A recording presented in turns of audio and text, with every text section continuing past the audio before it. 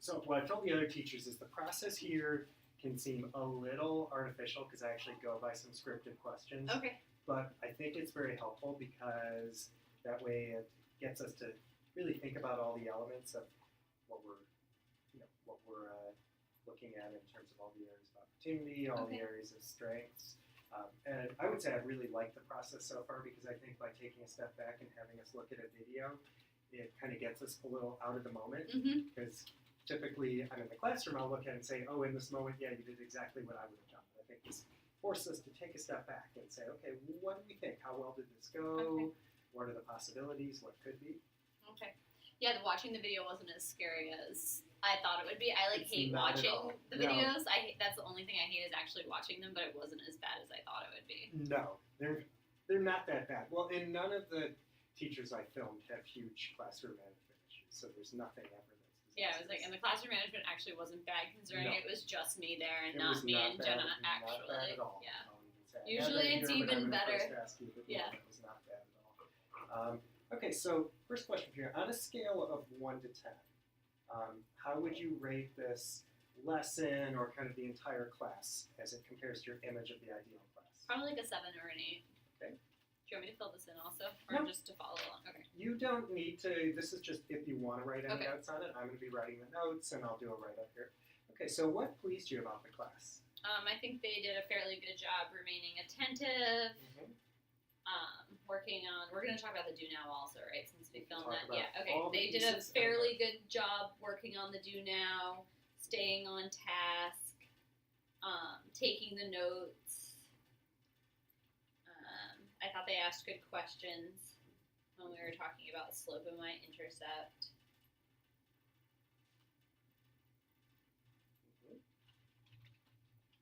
Go short. I'm trying to think of anything else.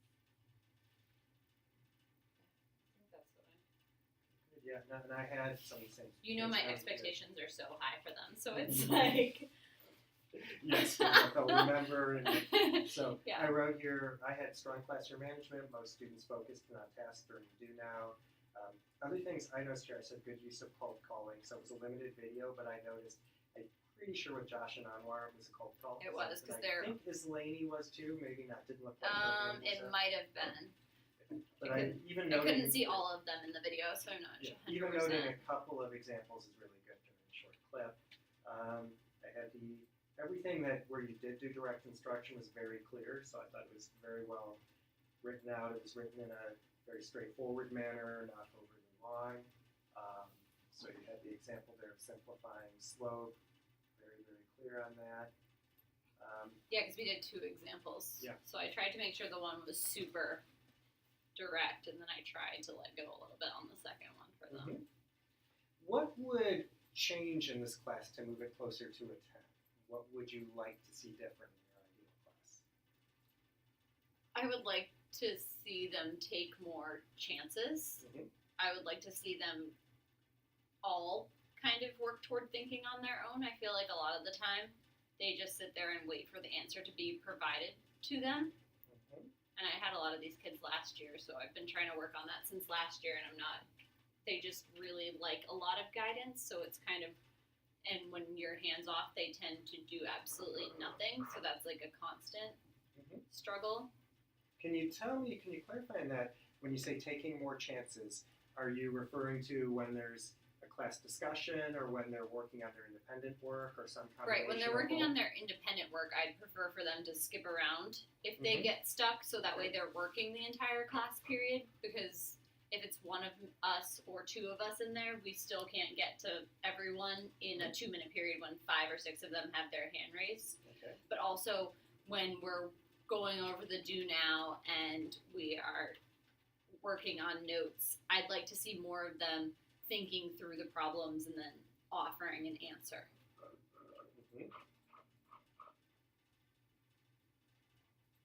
Because I feel like a lot of them sit there, but they do have the answer. That's why usually when I cold call, I try to cold call something that I know they'll have an answer to, not something that's going to put them on the spot and embarrass them. Right.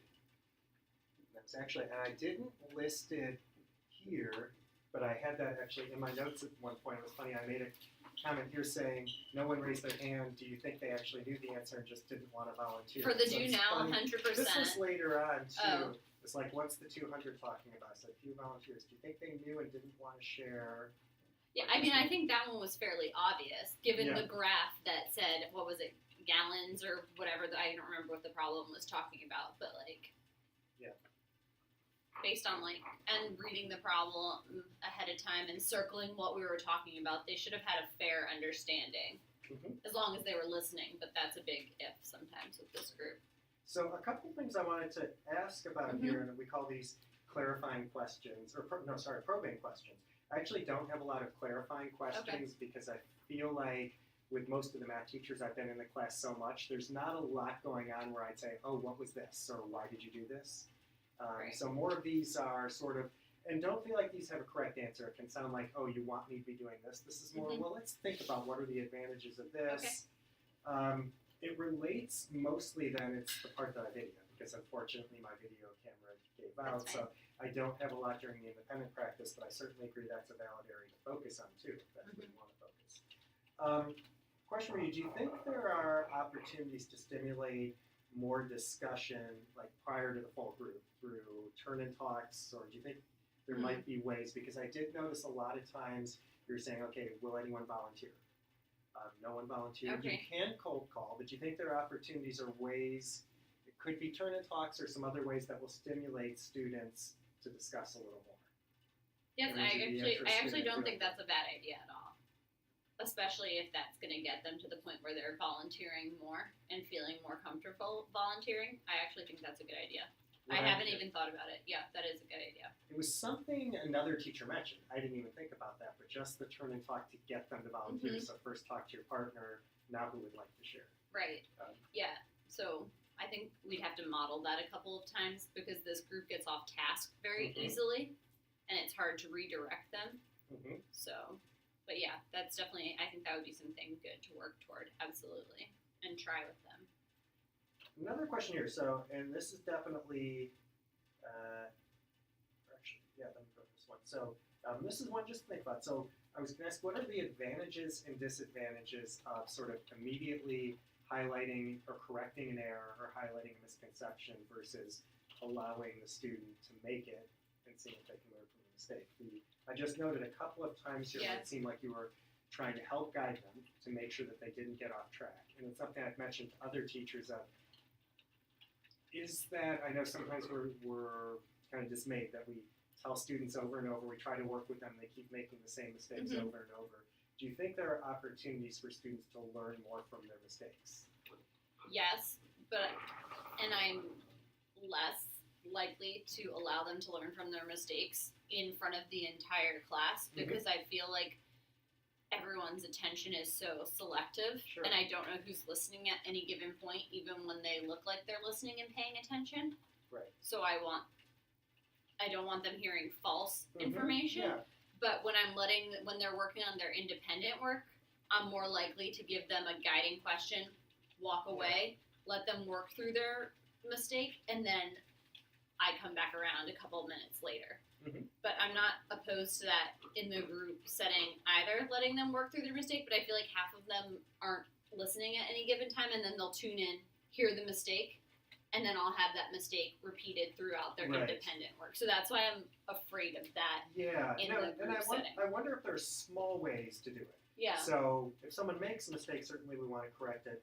I noticed a place here you said, okay, now what's our axis going up by? I'm highlighting it's going up by more than once. And I wonder if there are times, maybe not in this instance, where there's the opportunity to let them solve it very quickly, maybe even turn and talk, and then if they didn't get it correct, like not have them share yet, or have someone share who got it correct, but then make students reflect or correct their mistake if they made it. Just wondering it's something I talked to a few teachers about along a similar vein as we talked about potentially during the do now. So I know, I imagine you do the same. Jen had mentioned that you have students work through it. You don't correct all their errors during the do now. You want them to correct it when it's shared. We considered even having students reflect upon it or share out. Does anyone have an error that they made? Or having a place on the do now sheet where it says, after you've corrected it, what mistakes did you make? What did you learn from that mistake? Yeah, no, that's actually a good idea. so that you're not giving incorrect information, but so that you're trying to get them to learn from their mistakes. Because I feel like that's definitely something you've mentioned, that the same mistakes come up over and Right, over. and they do. And I wonder if that's a way to get them sort of still actively discussing, here's a mistake that I made. I like the idea that there being a space on the do now sheet for it.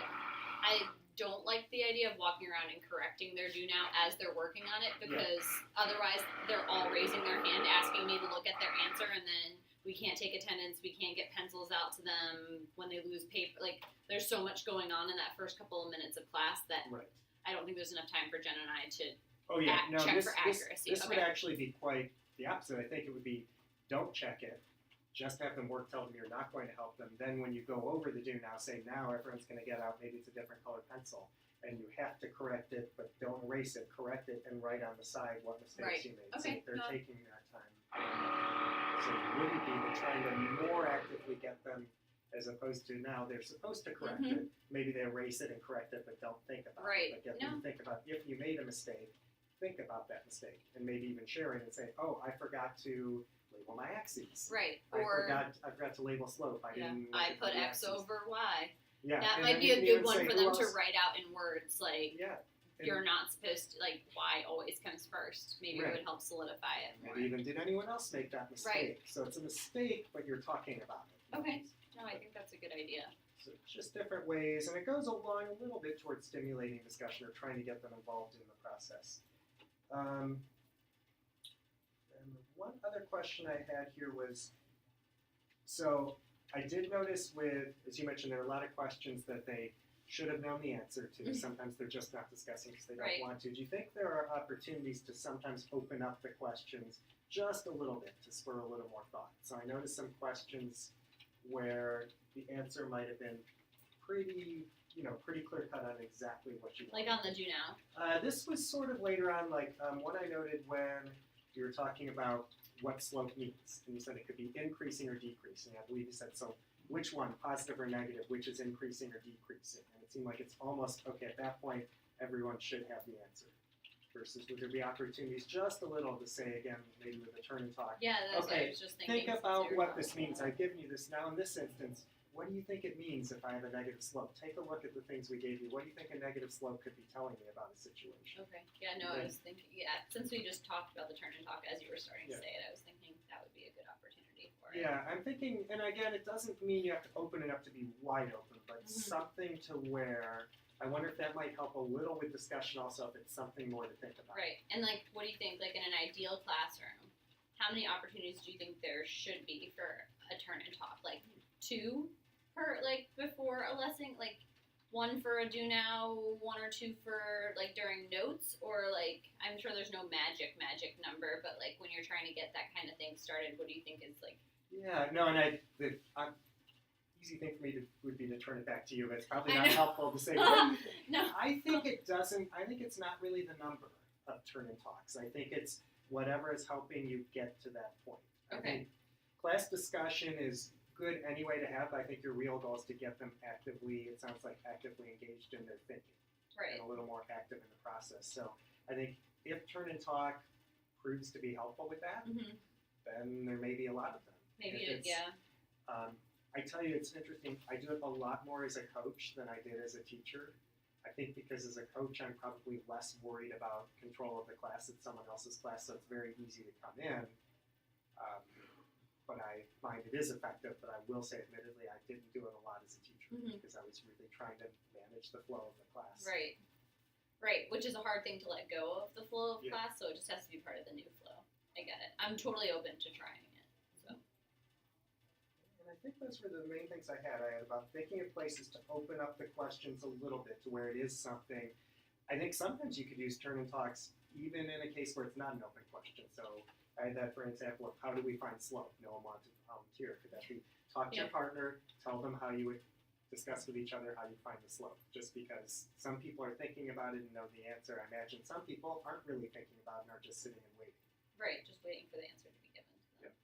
Okay. And I think there could be but it's also good because then they're validated in their answer versus just sitting there wondering about it. Yeah, and then they can still share out, but that can be the first method of getting people engaged. Okay. Perfect. Yeah. Things that I Good had. idea. So errors, trying to make errors productive, stimulating discussion, and trying to open up the questions. I had that also. This is related to it. I wondered when you were telling it the slope, you were modeling examples. So in this case, our slope means this, and you're asking little bits of, okay, so what do I put here and what do I put Oh, here? right. Like increasing, decrease. Yeah. Yeah, and if that could be a case of, okay, so maybe trying to get them a minute to talk to each other, say, okay, we've given you the sheet of all the things the slope can mean. Talk for a minute to the person next to you. What do you think the slope might mean in this case? Just to give them a minute to first think about it. And maybe even next year changing it so that there's a sentence frame on the notes. Like, so they're just filling in those blanks without having to write any words themselves. Yeah. But trying to give them just a little bit to try to first make them think about it. So it's part of making that direct instruction time a little more active, so that then when you break from that, hopefully they have been thinking more in direct instruction. Yeah, no, I think that is a good idea. So as we think here, and I'll tell you, this is the hardest part I think I found with teachers is as we try to formulate this into a goal. I don't think teachers have had a hard time thinking about what they want to accomplish. Right. I think it's sort of making it into a one-sentence goal of what students will be doing. But what would you think about in terms of your goal based on what we've discussed here, what you noticed in the video? What would your goal be? And don't worry about having it meet every one of these attributes. The wording is less important than having something that's substantive.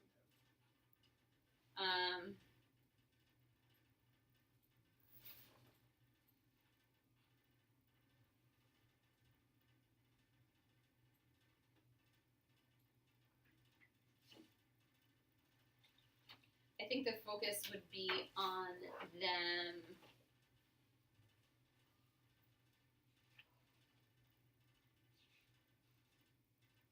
overall, I want to have them be more independent and less reliant on their teacher. Yeah.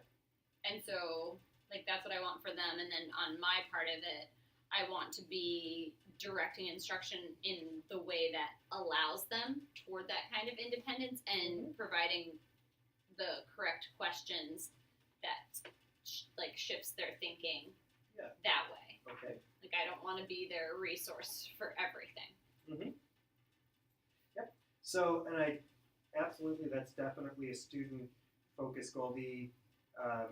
So it's definitely that's the broad part. I think some things we've discussed here, but I don't mean to steer you this way. We've also seemed to be talking about sort of the level of sort of their active thinking engagement during instruction. But if you want it more focused towards students being more independent, I think that's the end goal goal from it, though.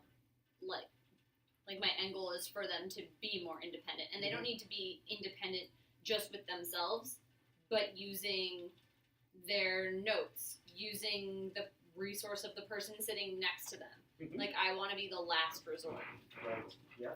Especially in an inclusion classroom where there's so many kids that need help. I want them to be as self-reliant as possible and using the resources wisely, I guess is what I mean by independent is coming up with strategies, knowing what's in their tool bag before raising their hand. Because otherwise they just tend to freeze and raise their hand. They don't say, oh, let me just circle number 3 and get back to it in a minute. They're literally sit there and zone out on number 3. So let me ask you a question then here, because it didn't come out of your video, but since you mentioned this, this is something that I've mentioned to a couple of teachers where I found that students were just raising their hand. And it probably would have come up had we filmed it more of seeing the students are raising their hands. Sometimes with something or would have Adam chasing me around the classroom. Yeah, that too. That too, or Dennis doing whatever. So have you considered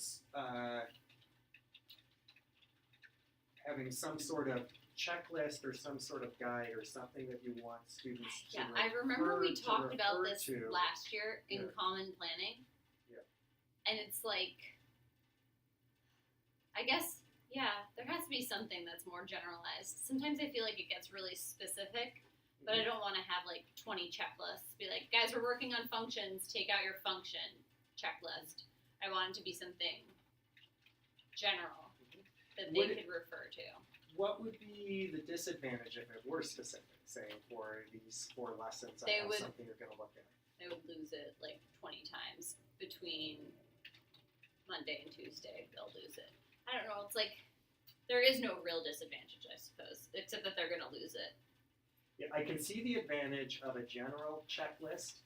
The only thing is in math, sometimes a general checklist, it can be very effective, I think, in a more advanced class that can have the ask 3 before you ask me, did you check your notes? Right. Did you do this? I think for some of our students, that's not specific Yeah, ours would be like, did you check your notes? I checked my notes, but did they don't you look know at where an to anchor check. chart on the wall? Because we have so many anchor charts, and I feel like as many times as we stand over there and like point to them, they don't even look at the anchor charts we've put on the wall. Like I could see this for this lesson having been as specific as, did you include units in your slope? Right. Did you put, is your slope y over x? Right. Is your That actually might even be something good to work on during Common Plan. That would be a good use of time, because we all sit there, we all know what our expectations are for every single unit, and then when those expectations aren't met, we're like, why aren't these met? So whatever those set of expectations are, I guess we just need to figure out a kid-friendly way to list them. Right. And it's true, they might lose them, and it might mean you're passing That's fine. it back You on. can even have an anchor chart per unit. Yeah. The alternative then is sometimes you're going around telling them. And I think even passing them a piece of paper during the lesson saying, is better than here are the repeating things it to 12 refer times. to. Yeah, even if that table again shows them how to find slope from a table. Or even one thing on here that you can, the chart could have is, did you refer back to the sample problem? Because I'm sure you found students say, I don't know how to do this, or they make the exact same mistake. Right. Or I walk around and like, look at number 2 from the do now. It's exactly like the one on your paper. Try that first. Okay. No, I think that is a good idea. And there is no real disadvantage to the specific one. I can see how you want a general one, and maybe it could I think lead the to that, general but one's kind of hard. I think it may be one that you have to really kind of teach them how to use a resource like that. Just for where our students are now, I think we have to I agree. really train them in that, because I think we're going to have to train them in self-sufficiency. But I absolutely agree that that's an opportunity, because I think we have wonderful teachers who are, like, a question for you sort of, what would you say the relative balances of how hard you're working versus how hard the students are working? Who do you think is working harder? I feel like I'm working harder. I feel like every time I'm over helping one student, there's 5 more that need help, and I'm blessed because it's Jenna and me in the classroom, so I have at least that part taken off of me. I'm like half the pressure, but still I feel like I'm running around from person to person to person the entire class period, and they're sitting there super relaxed. Yeah. Not that I want them to be stressed. Rhetorical question on my part: who should be working harder?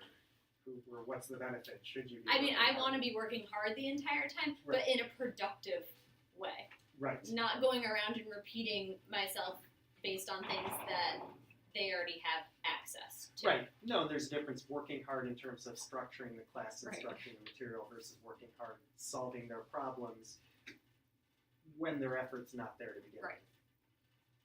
Yeah. One thing that frustrates me is that they will shut down as soon as they come to a pebble in the road. Something that can be easily rectified. Like they don't have any skills for a workaround. And that's where I think we have to just push ourselves to think about what are the ways we can structure things, because I do feel like the students generally in your class, it's definitely positive. I feel like most of them generally want to be successful. I feel like it's not an environment, there's very little resistance there. The kids seem to be very willing to do their work. It's always a pleasant class for me to come in, because there are classes I come to where I have to yank team to get the students to work. That never seems to be the case in your class. The students, I think the environment is there where the students want to do the work, they want to learn, they want to be successful. I think it's now the next step of how do you get them to start to do the thinking and start to own their learning, and I think that will help them also in the long, it'll certainly help them in life, and I think even on standardized tests it will help them if they start to become more resourceful. So the foundation is definitely there. The students they're engaged to the extent that they want to be successful, and I think they trust you and they trust Jenna. Yeah. I mean, I think we have a pretty good environment going on. Yeah. Okay, so we have a goal here of students becoming more independent and less reliant on teachers. Let's just look here. Is this a strategic goal? Like, I think all of these things are hit here with, I think the measurable is a little tricky. Yeah, the measurable is tricky on this one. The attainable, well, I think we need to Right. make it attainable, Right. right? Right. We were not going to say that all of them are going to be self-reliant. Right. Well, I think this is one to say it's very difficult, but with some strategies, do you feel you can make some progress towards this? Certainly relevant.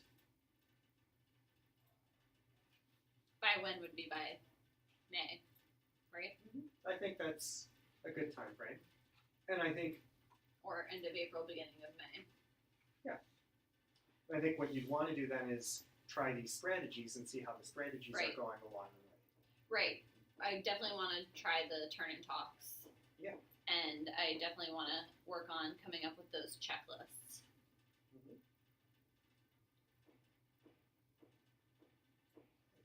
So it sounds like those are two things that you want to try right away. Yeah, do you think those are two good starting I points? think those are very good starting points. Okay.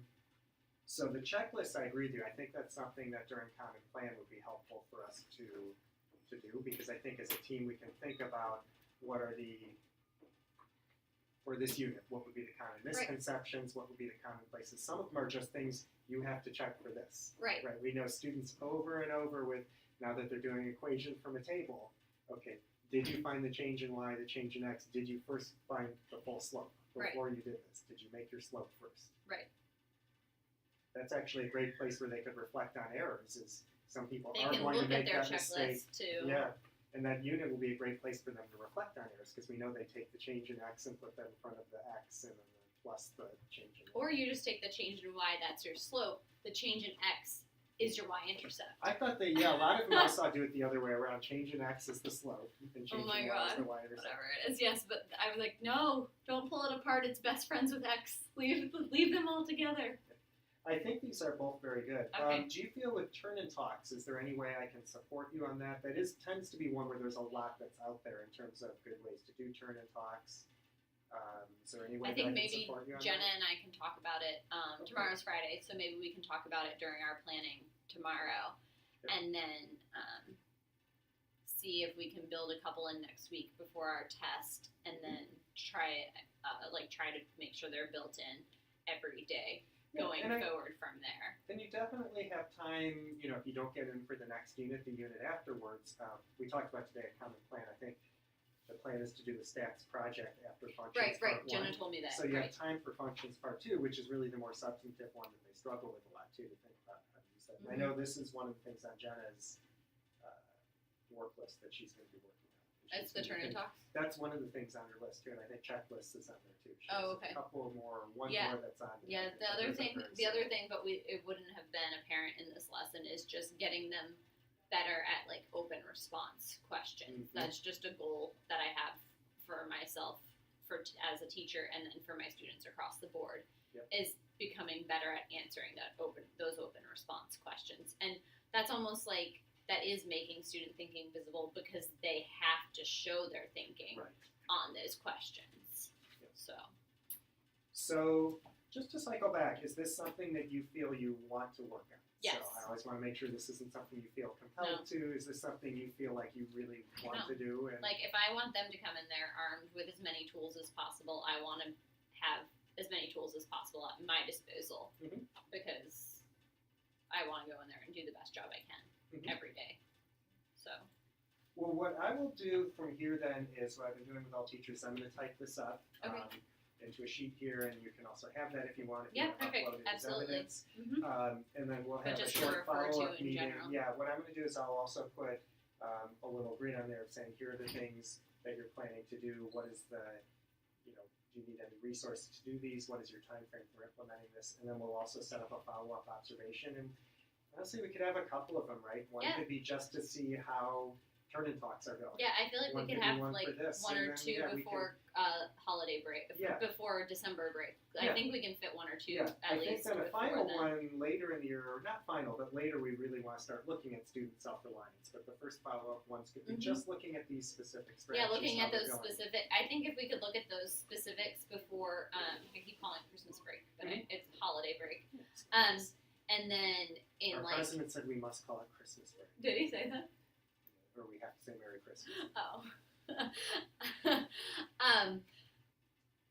Now I've lost my train of thought. But yeah, looking at those, but then again, like in January, February, taking a look back at the entire class as a Right. whole to see if this is making a difference, and then where other things should be fine-tuned. Yep. Right? Absolutely. No, and that's part of the process here is to think about, are these strategies working? Because these are strategies to get you to where you want to go. Mm-hmm. And if you find, well, we tried, turn and talk seemed to be spurring thought, our checklist didn't seem to be working too well, it isn't doing much, we can revisit. Is that want to refine how the checklist works, or do we want to try something else? Right. I think it's all about teaching them the checklist, especially as a special ed teacher, having dealt with checklists since the very beginning. Right. Like, the checklists are useful when they know how to use them. Right. When they don't know how to use them, they're not useful. So it's like, if they're not working, they're not understanding how to use it. As a Right. general rule, not absolute rule. Right. But And I talked to one teacher, I could see having to reinforce it of, a student might say, yes, I checked the sample example. Okay, and you look at it and see they didn't, you could say, okay, well, let's go to number one, you were supposed to check the sample probably went over and you're making the same mistake here as in the example one. So you didn't follow that step, you need to go back. Or like showing them which step in the checklist would help them to solve Right. that. Mm-hmm. Because I could see them saying, yes, I looked at the whole checklist and it didn't help me. You have to But- read it. But you didn't actually do what was in Right. the checklist. So Right. to show them, okay, but on this one, see, this is what would help you. You didn't do this and it's right in the checklist. Right. So to actually highlight to them of here's what it means to use the checklist. Like I think you have to keep teaching it as a class and one-on-one probably with what it means to use it. Perfect. No, I think it will work. Okay, great. Well, I'll set up a follow-up time. It'll probably, our first follow-up will take about 10 minutes just to Okay. go over because, and if you want to even give thought in the meantime to when you want to start implementing things. Yes, I'll talk to Jenna about it so we can start working Turn toward this it. off here.